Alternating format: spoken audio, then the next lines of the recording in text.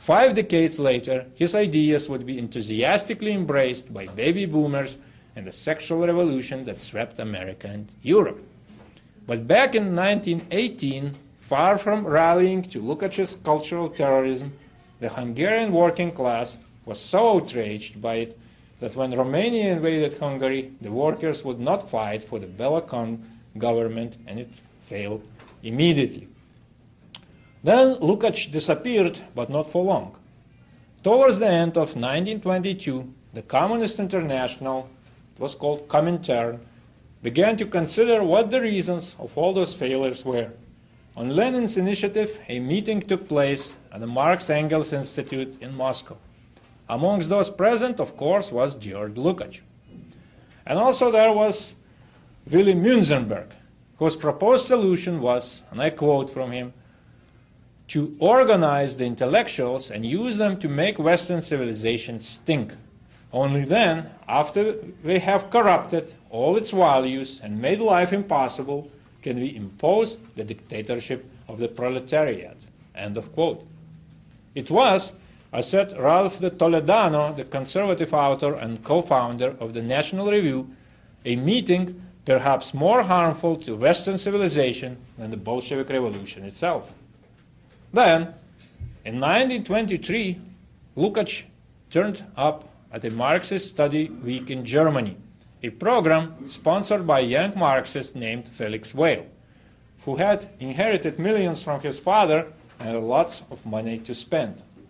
He was disturbed by failures and by the divisions among the Marxists at that time, so he sponsored something called the First Marxist Work Week, where he brought Lukács and many of the key Marxist thinkers together for a week working on the problems of Marxism.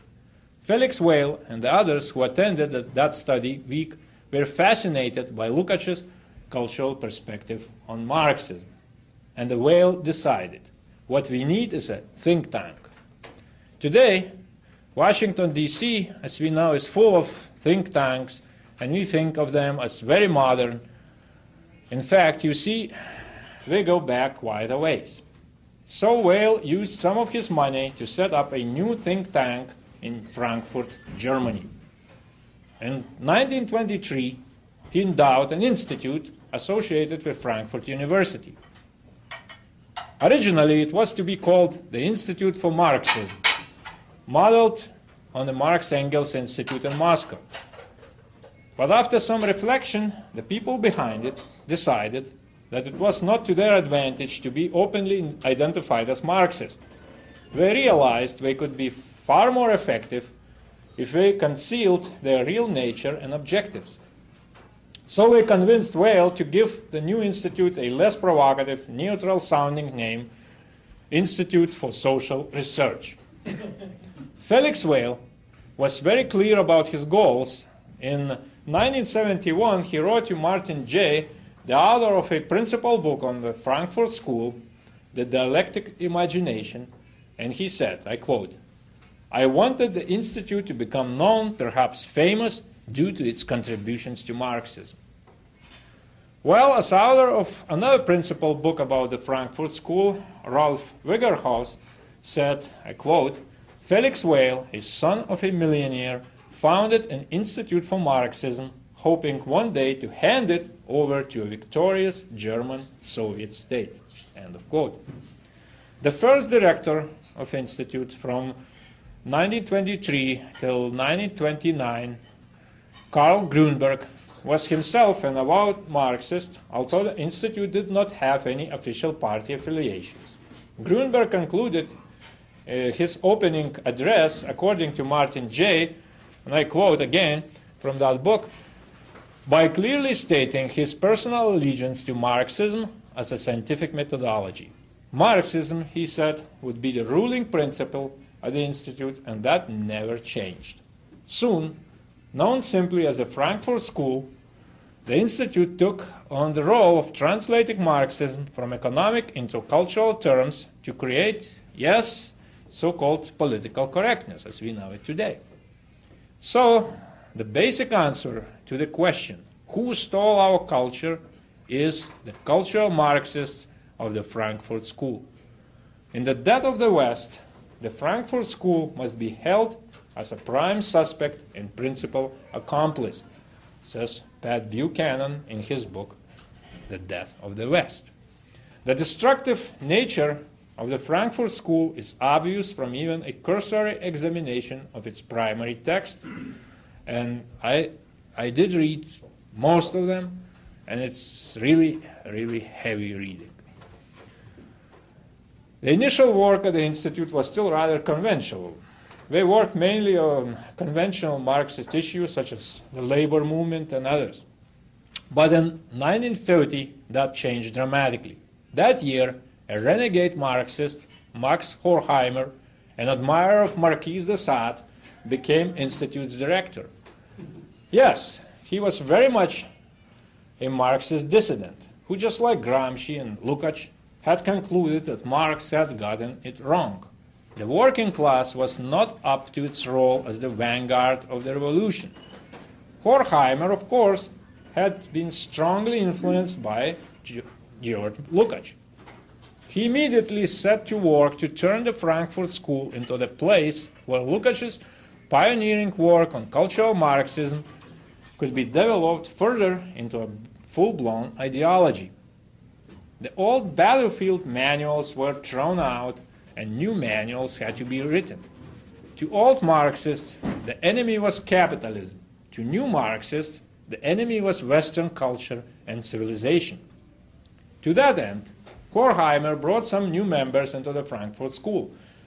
Perhaps the most important was Theodor Adorno, whose real name was Wiesengrund, who would become Horkheimer's most creative collaborator. Other members included two psychologists, Erich Fromm and Wilhelm Reich, and a young graduate student named Herbert Marcuse.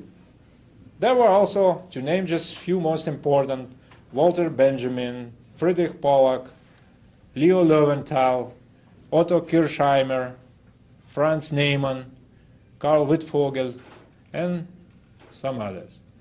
They all worked hard and made three major advances in the development of cultural Marxism.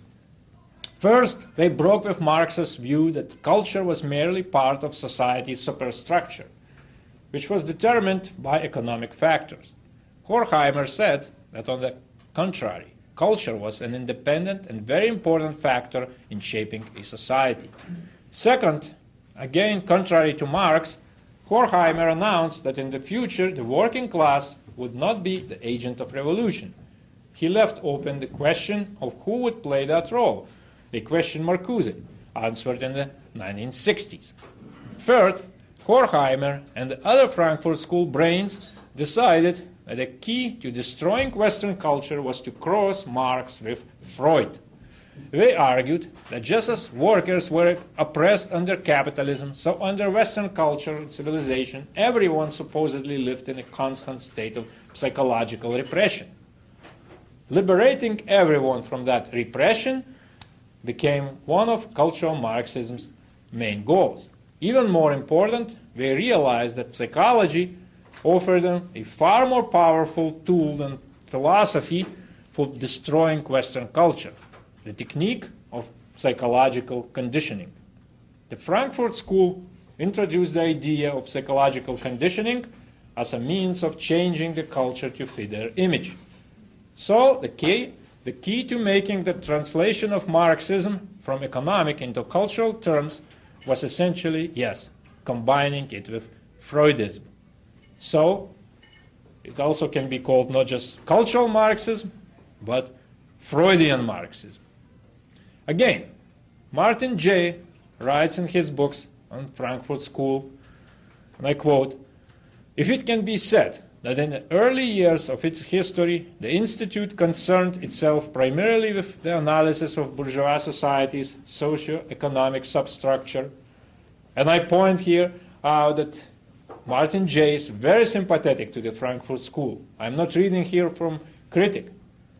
And he continues, "In the years after 1930, its primary interests lay in its cultural superstructure.